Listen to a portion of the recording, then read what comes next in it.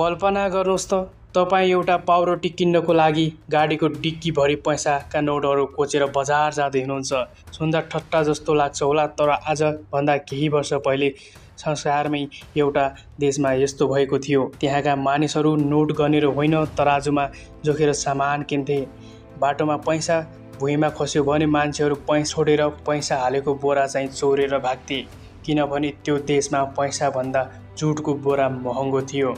यो कथा हो जिम्बाब्वेको, जहाँको सरकारले एउटा यस्तो गल्ती गर्यो जुन गल्ती सुन्दा धेरैलाई मास्टर स्ट्रोक जस्तो लाग्छ। त्यहाँको सरकारले देशको गरिबी हटाउन धमाधम पैसा छाप्न थाल्यो, तर नतिजा देश धनी भएन, उल्टै बर्बाद भयो। अब प्रश्न उठ्छ, यदि नेपाल राष्ट्र बैंकले पनि यसै गरी अर्बौं रुपियाँ छापेर देशका हरेक नागरिकलाई 1-1 करोड बाँडिदियो र सबैलाई करोडपति बनाइदियो भने के होला? के नेपाल संसारकै सबैभन्दा धनी देश बन्ला? आउनुहोस् आज यसको पछाडिको तितो आर्थिक सत्य एउटा रोचक कथा मार्फत बुझौँ। च्याप्टर 1।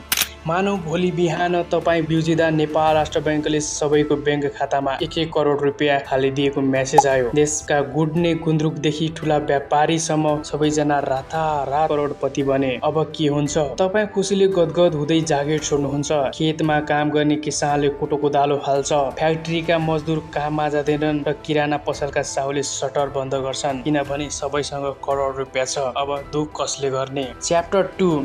अब आउँछ असली ट्विस्ट। तपाईँ 1 करोड रुपियाँ गोजीमा हालेर एउटा नयाँ आइफोन वा 1 केजी चामल किन्न बजार निस्कनुहुन्छ, तर बजारमा पसलहरू बन्द छन्। यदि कुनै एउटा पसल खुलेको छ भने त्यहाँ त्यो सामान किन्न तपाईँ जस्तै 1000 करोडपतिहरू लाइनमा सकेका छन्।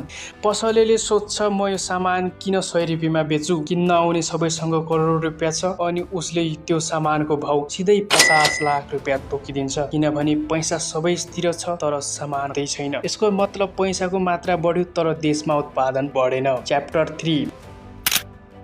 यस्तै अर्को घटना दक्षिण अमेरिकाको भेनेजुला भन्ने देशमा पनि भएको थियो। सरकारले जथाभावी पैसा छापिदिँदा त्यहाँका नागरिक कागजी नोटमा त करोडपति बने, तर पैसाको मूल्य यति घट्यो कि मानिसहरूले नोटहरू सडकमा फालिदिए। त्यहाँका कलाकारहरूले नोटको कागजबाट पर्स, ब्याग र खेलौना बुनेर पर्यटकहरूलाई बेच्न थाले, किनभने नोटको मूल्य भन्दा त्यो खेलौनाको मूल्य बढ्यो। त्यसैले नेपाल राष्ट्र बैंक कन्जस भएर पैसा नछापेको होइन। राष्ट्र बैंकले पैसा छाप्नको लागि देशको जीडीपी, उत्पादन, बैंकमा भएको सुन तथा विदेशी मुद्राको ब्याकअप राख्नुपर्छ। देशमा जति पैसा, सामान र सेवा उत्पादन हुन्छ त्यही अनुपातमा मात्र नयाँ नोट बजारमा पठाइन्छ। ब्याकअप बिना छापेको पैसा केवल एउटा कागजको टुक्रा मात्र हो। यो कथाबाट हामीले के बुझ्छौँ भने कुनै पनि देश पैसा छापेर धनी हुँदैन।